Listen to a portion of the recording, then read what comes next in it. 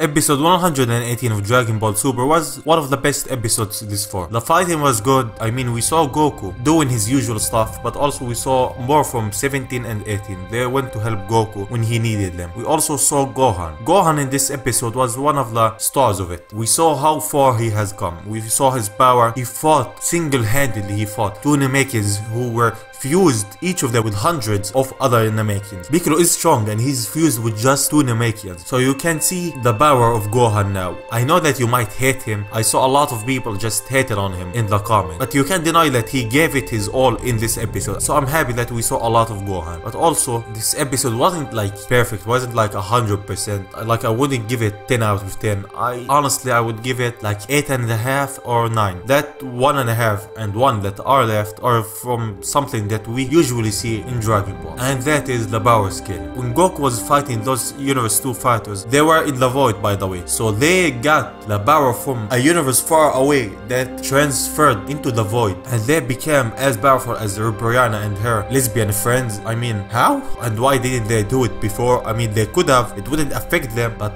they didn't. And in that, I see the power scaling just going off in each episode. Like, the universe will be erased, right? And they wanna like give the last couple of fighters the ability to fight and give a good fight. And in all honesty, this shouldn't be the case. It was awesome seeing Android 17, 18 and Goku teaming up again. But I mean, if they can fix the power scaling in Dragon Ball, I feel like they should have fixed it by now. But they just gave up. So that was my criticism of the episode. Other than that, it was a solid one. And watching this episode, I could not be reminded of the reality of this tournament. After seeing how Universe 2 was erased by Zeno, and how they, even when they were getting erased, they were like accepting of their fate. And I saw how all of those people in their universe, all of them accepted their fate. And the same case for Universe 6. Seeing how Caulifla, Kappa, Het and the Namekians acted, I just felt sorry for them. They're gonna get erased just because Zeno feels like there's too many universes and he wants to get entertained. And the thing that struck me the most in this episode was Beerus and Champa. When Champa was getting erased, we saw how Beerus acted. Champa called out Beerus, and Beerus was looking at him when he was getting erased, and Champa did what he does usually, and he got erased after that. But seeing how Beerus reacted and how he says something, you can feel that Beerus is sad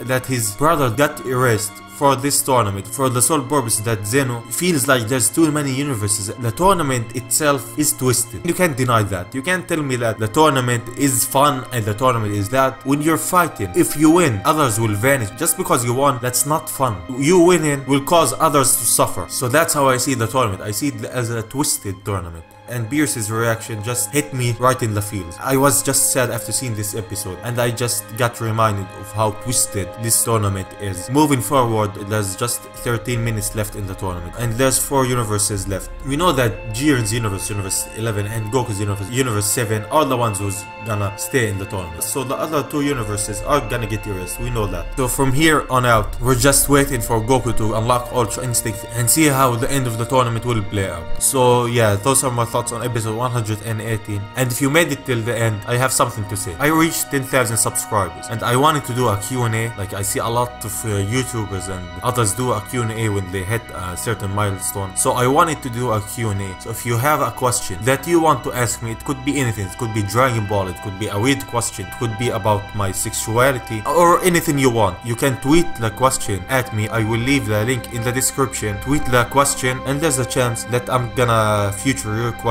in my next video. So yeah, if you made it this far, that means that either you care or you're just a dumbass. And I don't know how to say this anymore, so yeah, I'll see you on the next one. Bye bye.